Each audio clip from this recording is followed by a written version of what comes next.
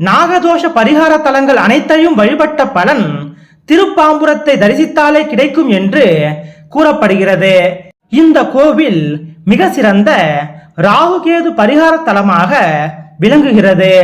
ராகுகேது பகவான் ஏக சரீரமாகி பாம்புரநாதரை நெஞ்சில் நிறுத்தி ராகுவும் கேதுவும் அருள் பெற்றார்கள் என்பது புராண வரலாறு. எனவே இத்திருத்தலத்தில் உள்ள சிவபெருமானையும் அம்பிகையையும் ராகுகேதுவை வழிபடுவோர்களுக்கு பாவங்கள் நீங்க பெறும் என்றும் நினைத்த காரியம் கைகூடும் என்றும் கூறப்படுகிறது.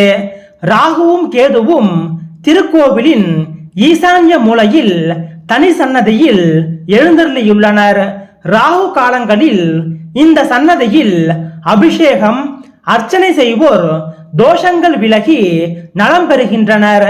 மற்ற திருக்கோவில்களில் இருப்பதை போல ராகுவும் கேதுவும் தனியாக இல்லாமல் இருவரும் ஏக சரீரமாக இருந்து அருள்பாலிப்பது இத்திருத்தலத்தின் மற்றொரு சிறப்பாகும். ஜாதகத்தில் காலசர்ப்ப தோஷம், ராகுகேது தோஷம் முதலான ஏனைய நாகதோஷங்கள் இருந்தாலோ, கலத்திர தோஷம், புத்திர தோஷம், ஆண் பெண் இருபாலருக்கும் திருமணம் தடைபட்டாலோ, கனவில் அடிக்கடி பாம்பு வந்தாலோ அல்லது கண்களுக்கு தென்பட்டாலோ, தெரிந்தோ தெரியாமலோ பாம்பை அடித்திருந்தாலோ, கடன் தொல்லை இருந்தாலோ இத்திருத்தலத்திற்கு வந்து பரிகாரம் செய்வதன் மூலம் அனைத்து விதமான தோஷங்களில் இருந்தும் தோஷ நிவர்த்தி பெறலாம் என்று கூறப்படுகிறது.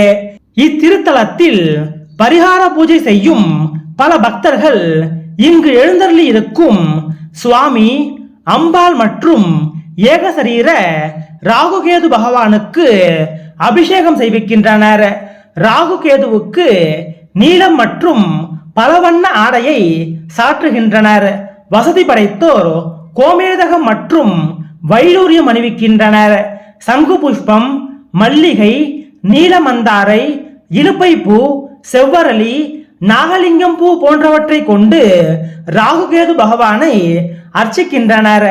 அர்ச்சனை முடிந்த பின் உளுத்தம்பருப்பு பொடி மற்றும் கொள்ளுப்பொடி அன்னம் நிவேதனம் செய்து தானம் செய்கின்றனர்.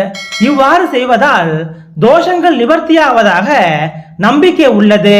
சிலர் ராகுகேது தோஷங்கள் நீங்க கல்லாலான நாக வடிவங்களை இந்த கோவிலில் உள்ள வன்னி மரத்தின் அடியில் பிரதிஷ்டை செய்து வழிபடுகின்றனர். ஆதிசேஷன் உள்ளிட்ட நாகங்கள் வழிபட்ட கோவில் ஆதலால் இன்றும் இக்கோவிலில் உள்ள